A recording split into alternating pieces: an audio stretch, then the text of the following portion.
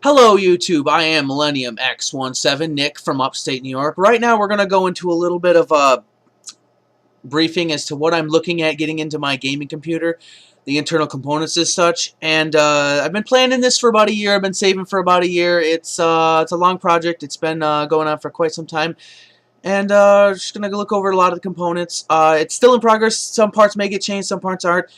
First, though, however, we're going to look at the case, which I've already purchased, and it's right down there. So, let's begin. Okay, before we go any further, I need to take one quick moment and just inform everybody right now ahead of time that, well, this computer is overkill. Every single thing about it is maxed out. Everything about it is expensive. I've been planning for it for a long time. I realize this. So, with that in mind, let's take a look at the case. Okay, now we're back, and this is the case under here, underneath the sheet. We're going to be using $1 just so you give it an idea of just how big this case is. So without further ado, this is the case of the computer. It is the Lian Li PCP Armor Suit R. It's a PCP-80R. It's the exact model number. It's called the Armor Suit. This is a limited edition case from Lian Li from the 2008 Consumer Electronics Show. Now, like I said, dollar for reference, it is extremely large. This case is huge. It's 10 inches wide, give or take. It's 20 inches tall, about 24 inches deep, give or take. Now, like I said, this is a limited edition case. It's made out of red anodized aluminum. We've got ourselves a special edition ATI Crossfire X case. Side window cutout. This is why I'm going with ATI graphics card and an AMD processor. Since it's a limited edition case, I want to keep it within the same manufacturer. So, inside here, we've got, out in the rear, we've got one 120mm LED fan. There's a 200mm red LED fan out the top. And up here in the front, you got three more 120mm LED fans out front.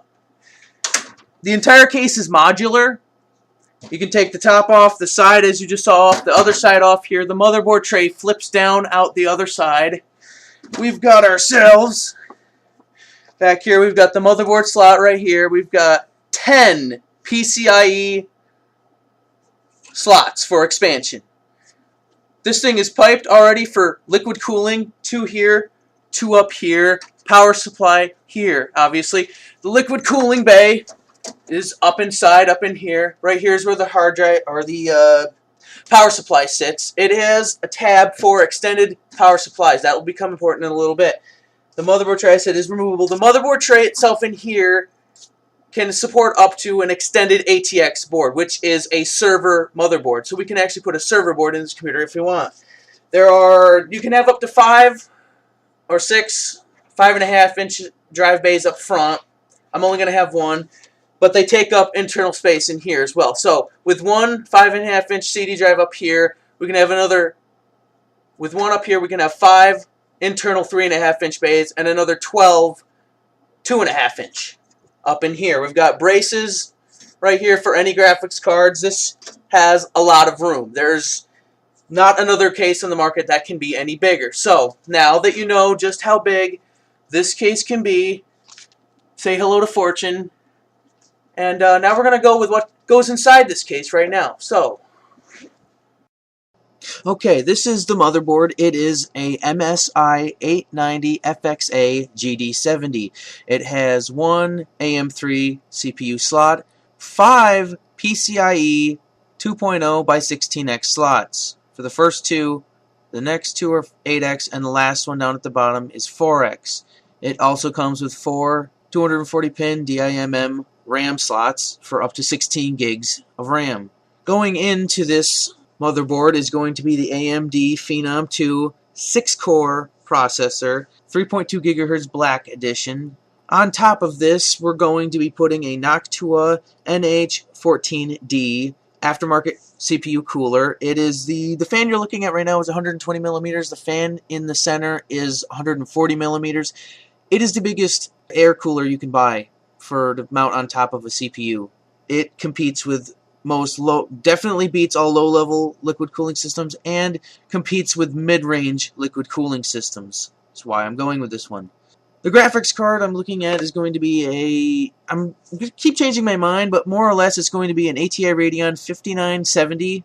Initially, I'm only going to be getting one. However, in the future, given the case being an ATI Crossfire X case, there will be at least two. However, noting the motherboard having space for up to 4 dual slot graphics cards, we could have up to 4, but definitely I can guarantee at least 2 in Crossfire X mode. Right now I'm looking at the XFX Black Edition 5970. However, this keeps changing. The one thing about this card, though, you need to realize is that if you look at the top most graphics card, that's the 5970. They are extremely big. Again, my case is huge, so this will handle it. Now we're going on to the memory. Here is going to be 4 gig sticks of G.Skill Ripjaw memory, 1600 megahertz. 4 of them, 16 gigs. Maxed out again, like I said. Moving on here, we've got the OCZ Agility Series 2.5-inch solid state drive. This is what I'm going to be putting on any program files, system files, drivers, and Windows 7 Professional Operating System. This is so that anything on the system boots up really, really quickly. It just makes the computer run really fastly. Now for data storage, we're going with 2 hard drives, Seagate Barracuda 7200 RPM, 2 terabyte, 3.5-inch hard drive disks. Very big, 7200 RPM, should be very fast. Now, moving on, the power supply to this computer is, well, let's put it this way. The theory behind it is I'm going to get a really big power supply right now so that I won't have to upgrade. I won't have to worry, will my power supply be able to handle it? Again, most computer power supplies for your average computer is about 300 to 400 watts. Most gaming computers are about 800 to 1,000 watts. Once again, this computer is overkill. We're going with the Ultra X4 modular 1600 watt power supply. It is very big. There is nothing bigger. Like I said, overkill to the max. We'll never have to worry about if the computer has enough power to be able to supply the graphics cards and anything else inside the computer with enough power. Now, the monitor is an HP 2310M 1080p monitor. Right now, initially, I'm going to start with one. However, with the ATI graphics cards, we will be going with Eyefinity, and while these are some of the display patterns that Eyefinity can do, while I would like to eventually have a 3x2 array, that's just not possible. So most likely we're going to have something like this, which is going to be 1200 by 5780, which is just 1080p across 3 monitors in width. Again, overkill. Keyboard is going to be the Thermaltake TT Challenger Pro. It is a gaming keyboard. It lights up backlit LED. It's got a lot of extra buttons along the side and along the top for customizing. This keyboard is probably one of the most awesome keyboards I've ever seen. And it's not too expensive too, so it works. Sound card is going to be a Turtle Beach 7.1 surround sound digital card, even though I might not have surround sound initially. I will have surround sound headphones though with my Triton AX Pros, also working on PC. Now we're going to, the webcam that I use normally is my sister's, so what we're going to have to do is I'm going to have to get my own. So this is the Logitech C910 HD webcam. It records in 720p. Like I said, this computer is overkill. So these are the components